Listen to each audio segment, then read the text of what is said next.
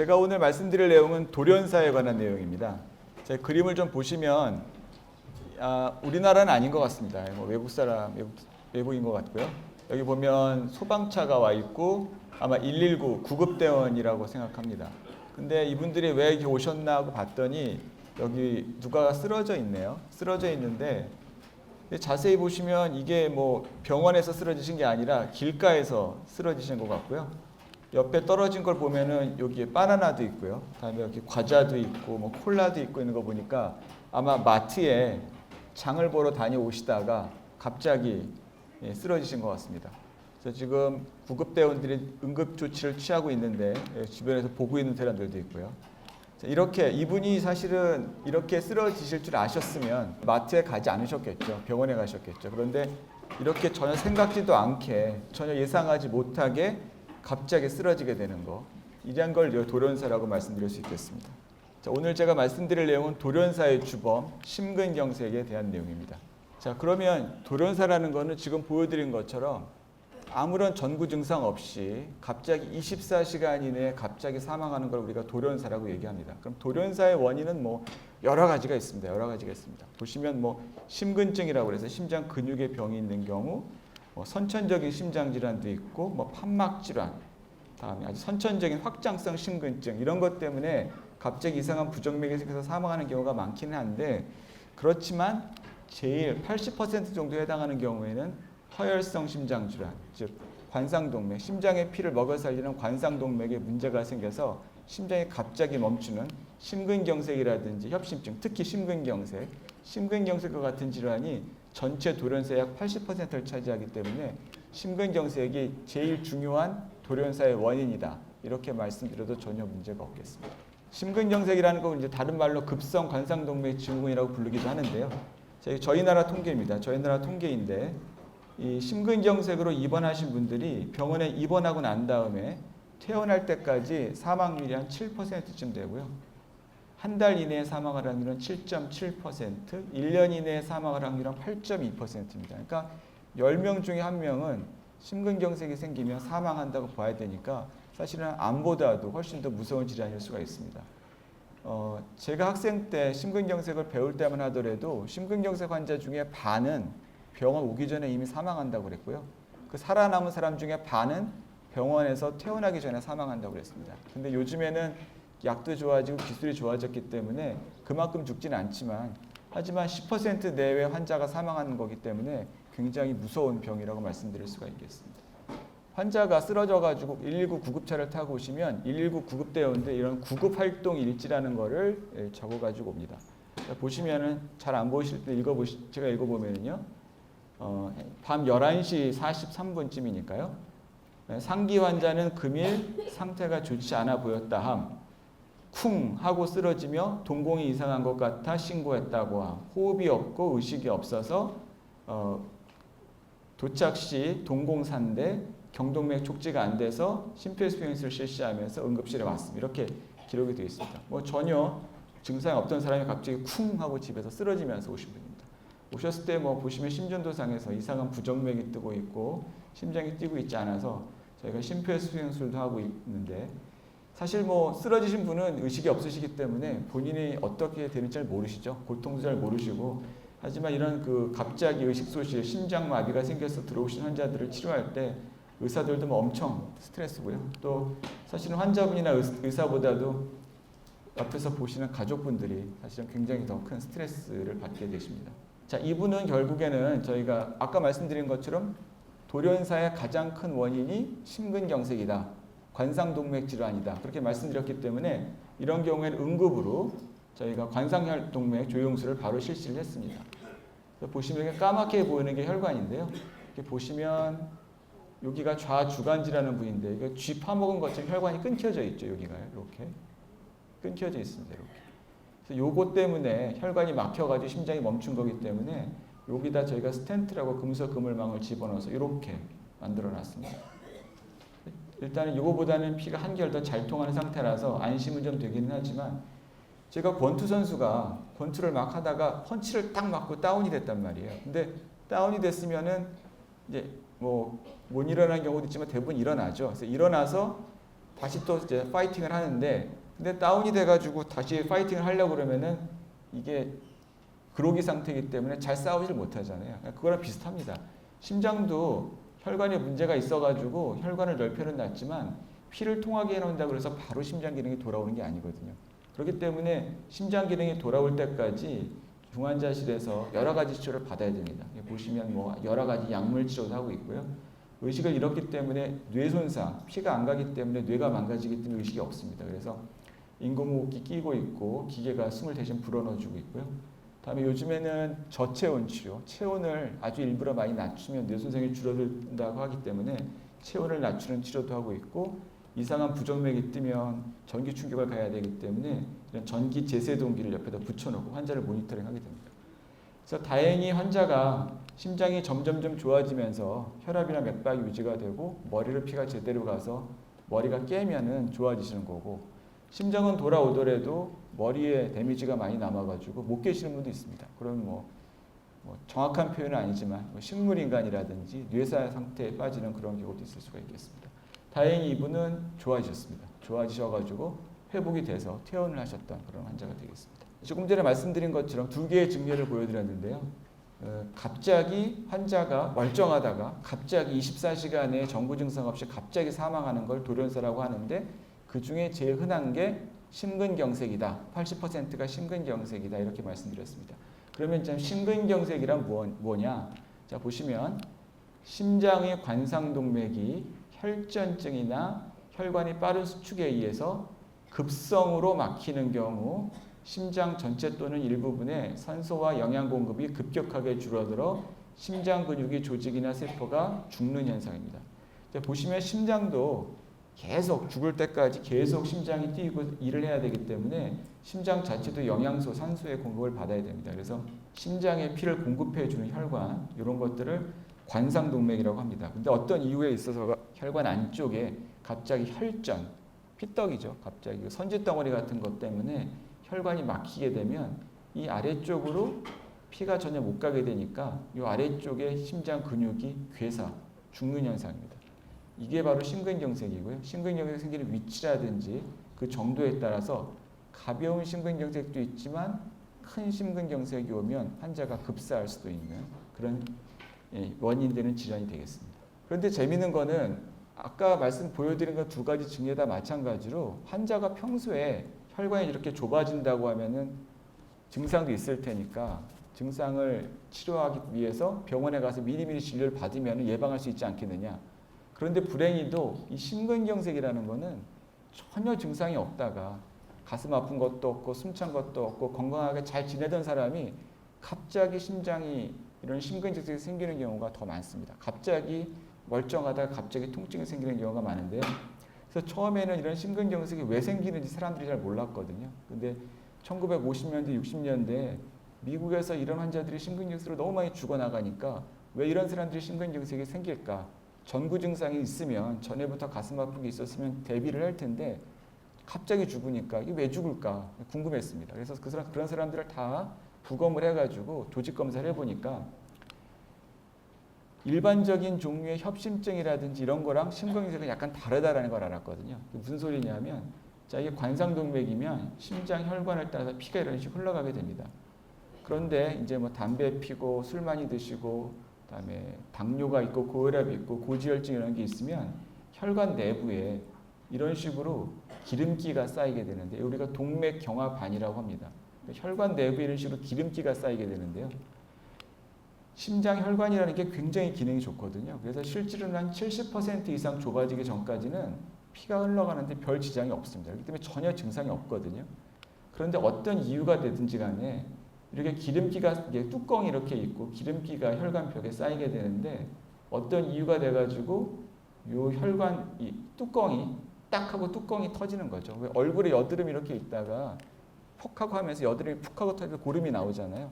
근데 그런 것처럼 고름은 아니지만 혈관벽에 농축되어 있던 이 지방질이 갑자기 퍽 하고 터지면서 혈관 안쪽으로 노출이 되게 되면 이 지방질이 굉장히 강력하게 주변에 지나가던 혈전을 피를 엉기게 해가지고 혈소판을 엉기게 해서 혈전이 이렇게 생기게 됩니다. 그러니까 30-40%밖에 좁아져 있지 않아서 평소에는 피가 지나가는데 전혀 문제가 없던 사람이 이 동맥경화반이 갑자기 파열되면서 안에 있던 지방 성분이 혈관 내로 노출이 되게 되고 이 혈전 생기는 건 불과 2-3분 만에 생기거든요. 그러니까 하나도 증상이 없던 사람이 갑자기 동맥경화반 파열에 의해 가지고 혈전이 생겨서 피가 전혀 안 가게 됩니다.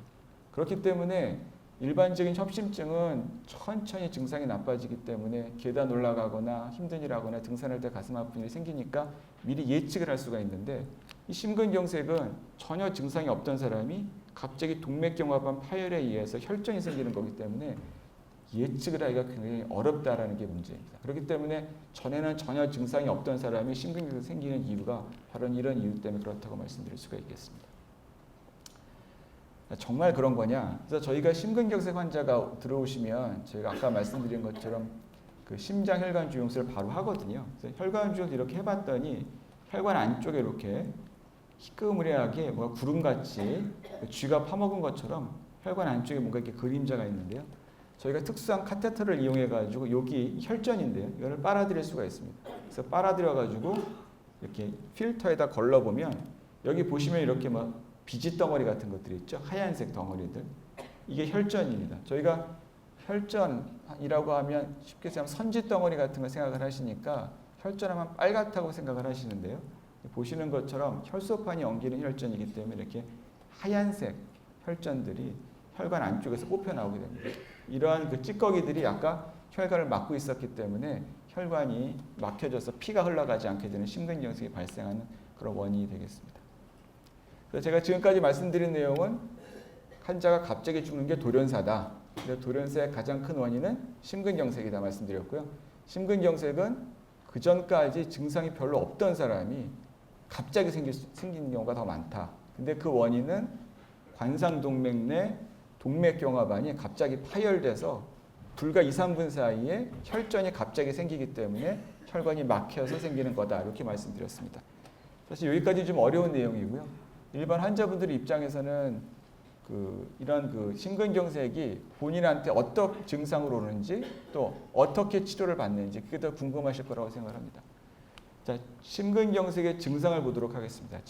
이때부터가 이제 환자분들께서 그 앞에까지는 이제 저희가 중요하다고 생각하는 내용이지만 이 증상은 환자분들이 직접 맞닥뜨릴 문제이기 때문에 더 중요한 문제라고 생각합니다. 자, 심근경색의 증상은 거의 한 80-90% 되는 환자들이 제일 먼저 느끼는 거는 흉통입니다. 흉통. 아주 극심한 흉통입니다. 이전까지 경험해보지 못했던 아주 극심한 흉통이고요. 일반적인 이 중에도 뭐 협심증 환자분들이 계실 텐데 일반적인 협심증은 운동할 때 생기는 게 일반적입니다. 계단 올라가시거나 등산하거나 힘든 일 할 때 생기는 흉통이 일반적인 협심증 흉통이고요. 보통 그런 흉통은 쉬면 한 5분, 10분 지나면 저절로 없어지는 게 특징입니다. 하지만 이 심근경색일 때 생기는 흉통은 굉장히 심하게 아프면서 운동할 때가 아니라 안정시 흉통이 특징입니다. 안정시. 가만히 앉아 있거나 자다가 갑자기 가슴이 아픈 경우가 있고요.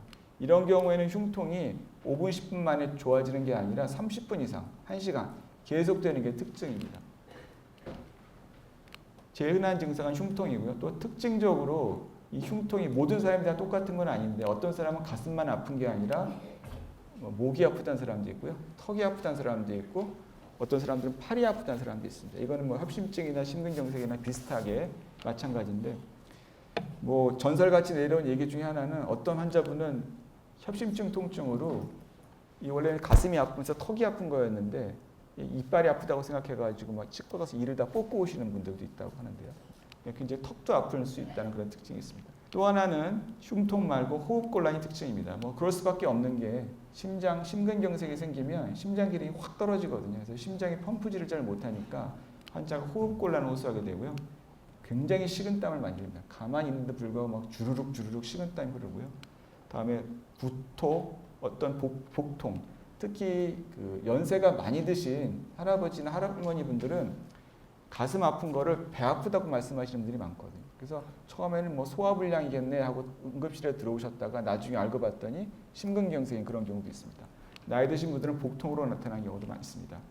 자, 그러면 이렇게 그 흉통을 가지신 분들이 이제 이상하다, 근데 이상한 것 같다, 본인은 안 되겠다 싶어가지고 응급실로 119를 타고 오시는데요. 급성 심근경색의 진단은 응급실에 오시게 되면 뭐 여러 가지 장비가 있죠. 뭐 피 검사도 할 수 있고 CT도 있고 뭐 초음파도 있고 여러 가지가 있는데 급성 심근경색을 진단할 때는 의외로 진단하는 방법이 복잡하지가 않습니다. 제일 중요한 거는 환자의 증상입니다. 증상. 흉통과 호흡곤란, 아까 말씀드린 식은땀 이런 증상이 심근경색을 감별하는 데 굉장히 중요한 포인트가 되고요. 그 다음으로 중요한 게 심전도입니다.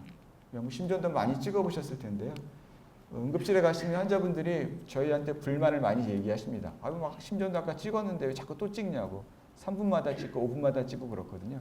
근데 그게 아닌 게 이 심전도가 굉장히 값도 싸고 쉽게 여러 번 찍을 수 있는 반면에 심장에서 일어난 일은 거의 실시간으로 보여주고 있거든요. 심근경색은 나중에 말씀드리겠지만 얼마나 빨리 치료를 하느냐가 성패를 좌우하기 때문에 복잡하게 뭐 CT라든지 MRI라든지 이런 걸 가지고서 심근경색을 진단할 수가 없습니다. 심근경색을 진단할 때는 여러 번 심전도를 반복적으로 찍어서 심근경색 때 나타나는 특별한 소견이 있는데요. 그게 보인다고 하면 심근경색으로 바로 진단할 수가 있겠습니다. 또 한 가지 보조적으로 피검사입니다. 그 혈액 검사를 해보면 심근경색이 있을 때 이렇게 올라가는 수치들이 있거든요. 그래서 증상, 심전도, 혈액 검사 이 세 가지가 심근경색을 진단하는 데 가장 중요한 3요소입니다. 여기서 옛날에는 하지만 2가지 이상의 기준을 만족한다 그러면 심근경색으로 진단해도 무리가 없겠습니다. 이 이외에 초음파라든지 CT라든지 이러한 정밀 검사들을 할 수가 있지만 이러한 검사들이 시간이 많이 걸리거든요. 그렇기 때문에 물론 한다고 나쁘진 않겠지만 빠른 치료를 위해서는 이런 검사를 생략하고 바로 그 다음 단계의 치료를 가는 경우도 많이 있습니다. 그래서 증상과 반복적으로 촬영하는 심전도, 혈액 검사 이 세 가지가 심근경색을 진단하는 데 있어서 가장 중요하다. 복잡한 검사보다도 이게 가장 중요하다. 이렇게 말씀드릴 수가 있겠습니다. 자, 심근경색의 치료는요. 제일 먼저 응급실에 오시는 경우가 대부분이기 때문에 요즘에 걸어서 외래로 오시는 분도 있긴 있지만 대부분은 다 심근경색이 있으시면 응급실에 오시게 됩니다. 그래서 응급실에서 초기 치료를 하시고요. 심근경색 중에서 어떤 특별한 심근경색은 혈관이 완전히 100% 막혀 있기 때문에 빨리 혈관을 뚫어줘야 되거든요. 그런 경우에는 빨리 심장혈관 중환자실로 올라가시게 되고요. 약물 치료하시게 되고 특히 제가 오늘 말씀드릴 내용은 재관류 치료라고 해서 혈관이 막혀 있으니까 혈관을 빨리 뚫는 치료가 제일 중요합니다. 그래서 재관류 치료라는 건 혈관을 뚫는 치료인데 혈관을 약물로, 혈관의 혈전을 약물로 녹여서 뚫는 거를 혈전 용해술이라고 하고요. 근데 요즘에는 별로 많이 안 하죠. 그게 아니라 혈관을 관상동맥 혈관 조영술을 해서 철사줄 넣고 풍선으로 넓히고 스텐트 집어넣어서 혈관을 뚫는 거. 우리가 1차적 관상동맥 중재시술, 뭐 스텐트 삽입술 뭐 이렇게 얘기하시는데 이 1차적 관상동맥 중재시술이 우리나라 같으면 거의 대부분의 대학병원에서는 다 1차적으로 시행하고 있는 그런 방법이 되겠습니다. 저희 병원 응급실 앞인데요. 이제 구급차를 타고 응급실 앞에 도착하시면 여러 의사 선생님들이 이제 기다리고 계시면서 환자분을 봐주실 거고요. 아까 말씀드린 것처럼 증상과 심전도, 혈액 검사 이런 걸 통해 가지고 응급실에서 심근경색인지 아닌지를 판별을 하게 됩니다. 그래서 만약에 급성 심근경색이라고 판단하게 되면 빨리 약물 치료가 들어가게 되고 심근경색 중에 혈관이 100% 막힌 타입이라고 하면 빨리 환자를 이송시켜서 혈관 조영술, 저희가 심혈관 조영술, 캣방이라고 하는데요. 심혈관 조영실로 빨리 이동을 하게 됩니다. 그럼 심혈관 조영실에서 환자가 이런 식으로 이송을 하시게 되면 저희 그 간호사 기사들이 기다리고 있다가 환자를 옮기고 지금 이런 식으로 환자 혈관 조영술을 해서 막힌 혈관을 뚫고 있는 그런 사진이 되겠습니다. 자, 제가 조금 전에 재관류 치료, 혈관이 막힌 혈관을 뚫는 거를 재관류 치료라고 그랬는데 그 중에서 우리가 스텐트라든지 풍선을 넣어가지고 뚫는 치료를 1차적 관상동맥 중재술이라고 말씀드렸습니다. 이게 지금 응급으로 이제 환자가 들어와서 저희가 혈관 조영술을 하고 있는 걸 보여드리고 있는데요. 자, 보시면 이렇게 까맣게 보이는 게 이제 혈관이 되겠습니다. 자, 보시면 보이시는데요. 까맣게 보이는 게 혈관인데 심장에 중요한 혈관이 3개가 있거든요. 그 중에 이제 왼쪽에 2개인데 이분은 보시면 혈관이 이렇게 가다가 좁아져 있죠. 여기가요. 꽤 좁아져 있습니다. 이 정도면 문제가 될 수 있는 그 정도의 수준인데요. 그렇지만 혈관이 100% 막히지는 않고 피는 통하고 있는 상태이기 때문에 오늘의 심근경색의 주제는 아닙니다. 이거는 보시면 오른쪽 혈관인데요. 우관상동맥인데 이 혈관은 원래는 이렇게 해가지고 이렇게 해서 C자 모양으로 크게 돌아 내려가는 그런 혈관입니다. 그런데 여기에 혈전이 차 있기 때문에 피가 안 가고 있는, 조영제가 가고 있지 않는 급성 심근경색 사진입니다. 이 옆에 보시면 이렇게 뭐 선 하나가 있죠. 이 혈관이 특징이 뭐냐면 우측 관상동맥의 특징은 심장의 박동을 담당하는 혈관인데요. 저게 막히면 심장이 느려지거나 안 뛰게 됩니다. 심장이 멈추게 됩니다. 그렇기 때문에 환자가 쇼크에 빠지게 되기 때문에 저희가 인공심장 박동기를 심장에 넣어서 심장을 강제로 뛰어주게 하는 기계를 놓고 난 다음에 이런 시술을 한 겁니다. 저희가 1차적 관상동맥 중재 시술은 풍선 확장술과 스텐트 삽입술을 나누는데요. 처음에 이 좁아진 혈관을 통해 가지고 철사줄을 통과시키고 철사줄을 따라서 이런 풍선이 지나가게 됩니다. 그래서 풍선이 지나가고 나서 처음엔 바람이나 뺀 상태이기 때문에 날씬한 상태인데요. 통과시켜서 위치시키고 난 다음에 풍선을 확 부는 거죠. 이런 식으로. 불고 나서 넓어지면 싹 빠지면 이렇게 깨끗하게 될 수가 있습니다. 그런데 이게 뭐 말이 이렇지 보시면 이렇게 혈전처럼 보이는 것들은 없어졌잖아요. 없어진 게 아니라 풍선으로 넓히게 되면 일시적으로 늘어나가지고 넓어진 것처럼 보이지만 혈관이라는 게 말랑말랑하고 탄성이 있기 때문에 다시 또 좁아지게 됩니다. 그래서 원래대로 다시 좁아지기 때문에 이런 경우에는 저희가 스텐트 삽입술을 하게 됩니다. 그래서 풍선을 일단 한번 넓혀놓고 그 위치에다가 풍선 위에 금속 그물망을 얹힌 스텐트를 얹혀놓은 다음에 똑같이 이런 식으로 부는 거죠. 그래서 불어서 풍선과 와이어를 빼고 나면 이런 식으로. 집을 지을 때 철골 구조를 만들어 놓으면 집이 튼튼하게 무너지지 않는 것처럼 혈관이 탄성이 있어서 말랑말랑해가지고 다시 좁아지는 성질은 있지만 저런 식으로 혈관 안쪽에다가 금속 그물망을 넣어놓게 되면 다시 원래대로 돌아가고 싶은 탄성이 있더라도 저 금속이 딱 지지를 하기 때문에 혈관이 유지가 되는 거죠. 그렇게 되면 좋은 점이 피가 다시 통하게 되고요. 피가 다시 통하게 되면서 우리가 혈전 용해제들, 혈전을 녹이는 약물들이 비로소 이쪽으로 가게 됩니다. 그래서 남아있는 혈전을 약물로 녹일 수 있는 그런 기회가 생깁니다. 이게 만약에 100% 막혀져 버리면은 약을 주더라도 끝까지 가지 않기 때문에 녹지 않습니다. 근데 이런 식으로 스텐트를 넣어서 일단 피를 통하게 해놓으면 나머지 혈전은 약물로 녹일 수가 있습니다. 그래서 큰 불은 스텐트로 잡고 작은 잔불 정리는 약물로 한다. 이렇게 생각을 하시면 되겠습니다. 그래서 보시면 저희가 이렇게 아까 여기가 막혀 있었죠. 그래서 저희가 와이어를 통과시키고 이런 식으로 풍선으로 불고 그다음에 스텐트를 집어넣어서 혈관을 이렇게 만들었습니다. 아까는 이렇게 여기까지밖에 혈관이 안 보였었거든요. 그렇죠? 근데 지금 보시면 큰 혈관이 이렇게 살아났습니다. 이렇게. 다시 이렇게 피가 심장에 공급이 되게 되면서 환자의 흉통도 없어지고요. 그다음에 맥박도 다시 돌아오게 되고 그다음에 숨찬 증상이라든지 흉통도 같이 좋아지게 되는 1차적 관상동맥 중재 시술의 한 예를 보여드렸습니다. 자, 이런 식으로 막힌 혈관을 뚫으면 환자가 바로 좋아졌으면 좋겠는데 일반적으로 그렇지가 않습니다. 혈관을 뚫어놓으면 피는 다시 가지만 권투 선수가 그로기 상태에 빠진 것처럼 심장 기능도 떨어져 있기 때문에 숨도 계속 차고 혈압도 떨어지고 그렇기 때문에 그냥 바로 일반 병실 가신다든지 바로 퇴원하시긴 더더욱 어렵겠죠. 그래서 보통 심장혈관 중환자실에서 바로 이동을 하게 되고요. 거기서 환자 상태가 안정이 된다 그러면 일반 병동으로 전실하고 다음에 이렇게 심근경색이 생기거나 협심증이 있다는 얘기는 뭔가 위험 인자가 있는 거거든요. 원인이 되는 병들, 예를 들어서 당뇨가 있다든지 고혈압이 있다든지 고지혈증이 있다든지 담배를 많이 핀다든지 우리가 유전적으로 타고나서 심근경색이 생기는 분도 있거든요. 근데 그런 거는 우리가 어떻게 할 수 없겠지만 사람이 할 수 있는 거, 당뇨를 조절 잘한다든지 혈압 조절 잘한다든지 이런 것들은 사람이 잘할 수가 있기 때문에 그런 위험 인자를 이번 기간 동안에 잘 발견하셔가지고 그거를 교정하시는 게 이번 기간 중에 혈관 뚫는 것만큼 그만큼 중요한 이유가 되겠습니다. 근데 아까 보시면은 혈관 하나가 넓어놨음에도 불구하고 다른 혈관에도 좁아져 있었잖아요. 그러니까 우리가 잔여 허혈이라고 하는데요.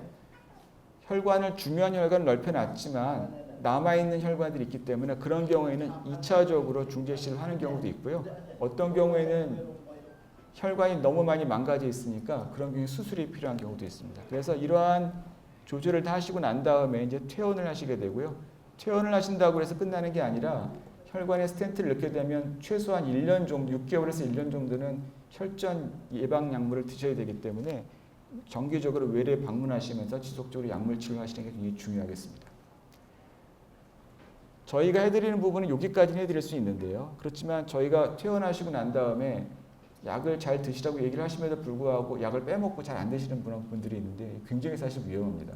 혈관 안쪽에 스텐트라고 하는 어떻게 보면 우리 몸에서 이물질이죠.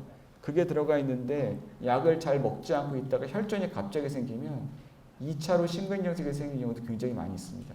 근데 1차로 심근경색이 생길 때보다 2차로 심근경색이 생기면 굉장히 사망률이 높기 때문에 제가 뭐 정말 딴 거는 뭐 보약, 한약 뭐 이런 거 다 필요 없고 일단 약 잘 드시는 게 저희는 제일 중요하다고 생각을 하고 있습니다.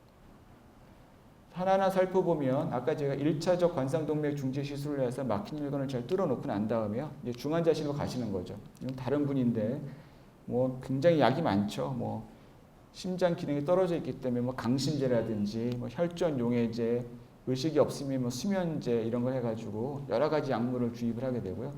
또 이게 이제 인공 펌프인데요. 뭐 몇 해 전에 그 삼성의 이건희 회장께서 갑자기 집에서 심근경색이 오셨죠. 그래서 집에서 쓰러지셔가지고 그분이 그 119 구급차를 타고 일원동에 있는 삼성의료원을 가시는데 가시다가 도저히 안 될 것 같단 말이죠. 도저히 못 버틸 것 같으니까 중간에 오시다가 순천향병원에 들리셨죠. 순천향병원에 들리셨는데 거기서 심장이 멈췄습니다. 그래서 어레스트가 나가지고 심폐소생술을 하면서 다행히 그때 그 순천향병원 응급실에 그 흉부외과 선생님이 계시는데 그 인공 펌프, 심장에 인공 펌프를 넣을 수 있는 분이 마침 계셔가지고 그분이 거기서 심장 인공 펌프를 바로 넣으시고 그걸 가지고 구급차에 태워서 일원동에 오셔가지고 일원동에서 막힌 혈관을 뚫은 거죠. 오히려 그 혈관 막힌 걸 뚫는 거는 비교적 간단했는데 이 펌프를 매니저하는 게 굉장히 그때 힘들었다고 합니다. 그래서 요즘에도 일반인들께서도 그 이후에 이 인공 펌프에 대해서 굉장히 관심이 많아지셨는데요. 이것도 인공 펌프의 한 종류입니다. 아까 말씀드린 것처럼 심근경색이 생기면 혈관을 뚫는다고 바로 심장이 좋아지는 게 아니거든요. 그렇기 때문에 심장의 기능을 보조하기 위해서 인공 펌프를 통해 가지고 심장에 피를 돌리는 수도 있고요. 요즘엔 이거보다 더 좋은 기계들이 많이 나왔는데 심지어는 심장이 100% 멈춘 상태, 심장이 하나도 뛰지 않은 상태에서도 저 인공 펌프를 걸면 일단은 피가 돌기 때문에 죽지 않고 살 수 있게 되어 있습니다. 그래서 그 남은 기간을 버는 동안에 심장 치료를 해서 심장을 돌릴 수 있는 그런 방법도 쓰고 있습니다. 인공 펌프도 달았고요. 다음에 심장 기능이 떨어지니까 소변이 안 나오거든요. 그러니까 소변이 안 나오면 주사약이나 약은 많이 몸에 들어가는데 나오질 않으면 다 붓겠죠. 결국 폐에 물 차고 배에 물 차서 유지가 안 되기 때문에 투석을 해야 되겠죠. 그래서 피를 걸러가지고 물을 빼내는 투석 치료를 하게 됩니다. 그래서 이런 식으로 약물 치료, 인공 펌프, 인공호흡기, 모니터, 투석 이런 집중 치료를 하면서 환자를 보게 됩니다. 물론 모든 환자가 다 이런 치료를 받는 건 아니고요. 어떤 환자들은 아주 가볍게 심근경색이 오시게 되면 시술만 받고 혈관 조영술이랑 중재 시술만 받고 지내시는 분도 있지만 아주 쇼크에 빠지고 중하신 분들은 이런 절차를 밟아야 되는 그런 경우도 있습니다. 환자가 좋아지시게 되면 저희가 병동으로 이제 이송을 하게 되죠. 저희가 보통 저희 병원 같으면 일반적인 심근경색이면 보통은 4일째나 5일째 퇴원하시는 게 보통이고요. 48시간, 이틀 정도는 중환자실에 계시고 이틀 정도는 일반 병실에 계신다고 생각하시면 되겠습니다. 병실에 올라오시게 되고요. 병실에서도 이런 약물 치료와 주사약, 먹는 약 다 치료를 하게 되는데 중요한 건 뭐냐면 심근경색 환자는 혈관이 막혔다 뚫린 거기 때문에 다시 뚫어놨지만 다시 또 막힐 수가 있거든요. 저희가 일반적으로 1년에 한두 번 정도 이렇게 병동으로 올라간 환자들 중에 문제가 생겨서 갑자기 심근경색, 심장마비가 생기는 경우가 많이 있습니다. 종종 있습니다. 그렇기 때문에 중요한 게 뭐냐면 이 모니터링 시스템인데요. 예를 들어서 환자가 화장실에 가서 변을 보시다가 갑자기 심장마비가 와서 쓰러질 수도 있고요. 돌아다니시다가 자기 병실이 아닌 저쪽 남의 병실 가서 쓰러지실 수도 있고 눈에 보이지 않는 곳에 쓰러지실 수 있습니다. 그렇게 되면은 굉장히 난감하거든요. 나중 돼서 발견하면 이미 늦으니까. 그래서 이런 심근경색 환자들은 중환자실에 올라오시게 되면 저희가 모니터링을 합니다. 이렇게 요만한 그 워크맨처럼 요만한 핸드폰만한 기계를 주머니에 차고 그 주머니가 심장을 모니터링하면서 그 무선으로 병동 내에서는 이 환자가 무선으로 심장이 모니터링이 됩니다. 그래서 이분이 주무시다가 심장이 멈출 수도 있고 화장실에서 심장이 멈출 수도 있는데 만약에 환자가 심장이 멈추게 되면 바로 그게 간호사실에 있는 모니터링 시스템에서 알람이 울리게 되고요. 알람에서 심장이 멈췄다고 판단되면 누가 멈췄는지 확인해서 그 환자를 빨리 찾으러 가면 되겠죠. 그래서 뭐 화장실에 있으면 문을 열고 환자를 발견할 수가 있겠습니다. 그래서 심근경색 환자들은 안정이 돼서 병동에 올라오고 난 다음에도 부정맥이라든지 심근경색의 재발로 인해서 환자가 다시 나빠질 수 있기 때문에 24시간 심장을 모니터할 수 있는 그런 시스템이 저희 병원에 다 마련이 되어 있습니다.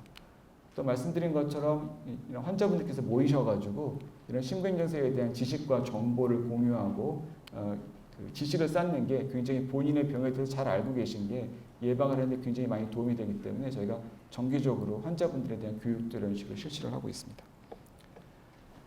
만약에 환자가 혈관이 하나가 문제가 있어서 하나를 넓혔는데 다른 쪽 혈관이 문제가 있다든지 아니면 아주 드물게 손대기에는 스텐트로 넓히기엔 너무나 혈관이 많이 나쁘고 많이 망가져 있는 경우에는 저희가 스텐트를 못하는 경우도 있습니다. 그런 경우에는 가슴을 열고 흉부외과에서 관상동맥 우회로술이라고 해서 막힌 혈관 아래쪽으로 새로운 혈관을 이식하는 그런 수술을 하기도 합니다.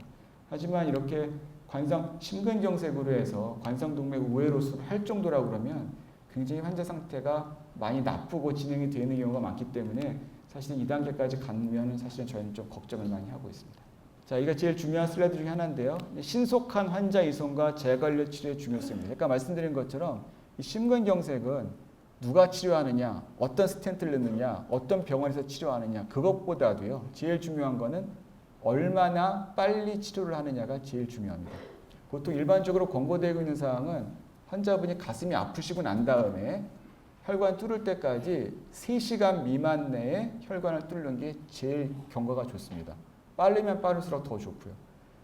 그래서 저희 병원도 마찬가지지만 전세적인 스탠다드는 제가 노어 투 벌룬 타임이라고 하거든요. 노어 투 벌룬 타임. 뭐냐면 환자가 응급실 문을 열고 들어와서 혈관을 뚫을 때까지 노어 투 벌룬 타임은 예전에는 120분이었는데 요즘은 90분입니다.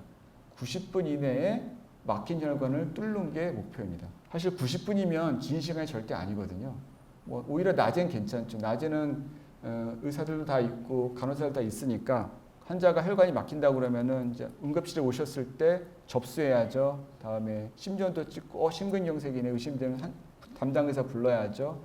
혈관 주용술 내면 동의서 받아야죠. 동의서 받고 혈관 주용술 하고 스텐트를 넣어서 혈관 뚫을 때까지 그걸 90분 이내에 해내야 됩니다. 90분 이내에. 그나마 낮에는 괜찮은데 밤에도 똑같이 90분이거든요. 밤 2시, 3시에 담당 의사나 간호사들이 집에 있는데 갑자기 심근경색 환자가 응급실에 왔다고 하면 저희는 30분 이내에 병원에 도착해야 되고 어쨌든 그 환자도 90분 이내에 응급실 도착했을 때부터 90분 이내에 혈관을 뚫어야 됩니다. 그렇기 때문에 상당히 이게 그 담당 의사나 간호사들 다 스트레스고요. 이게 개인 의사의 어떤 그런 그 노력이라든지 열정만큼은 절대 안 되고요. 병원 시스템도 거기에 완비가 돼야 되고 또 도어 투 벌룬 타임 90분에 못지않게 중요한 게 얼마나 빨리 이송이 되느냐. 응급 전달 체계도 중요하기 때문에 국가적인 그런 그 의료 시스템도 굉장히 관련이 많습니다. 그래서 저희 병원에는 뭐 도어 투 벌룬 타임 90분 이내에 하는 게 100% 실행을 하고 있고요. 그렇기 때문에 저희 담당 의사라든지 간호사들은 다 병원 주변에 살고 있습니다. 저희가 일부러 캣방 식구들을 뽑을 때 다 병원 근처에 사는 걸 조건으로 하고 있기 때문에 하여튼 무슨 일이 있으면 밤에라도 30분 이내에 도착해서 60분 이내에 혈관을 뚫을 수 있는 그런 시스템을 제가 가지고 있습니다. 뭐 환자는 이런 식으로 뭐 시한폭탄을 들고 가만히 있는 거나 마찬가지인데 저희가 얼마나 환자한테 빨리 다가가서 환자를 치료할 수 있는지 여러 가지 문제들이 있습니다. 진단의 문제, 치료의 문제 여러 가지가 있겠지만 제일 중요한 거는 신속한 응급실 방문과 초기 치료가 돌연사로부터 심근경색으로 일어나는 돌연사로부터 여러분의 생명을 지킬 수 있다고 생각을 하고 있습니다.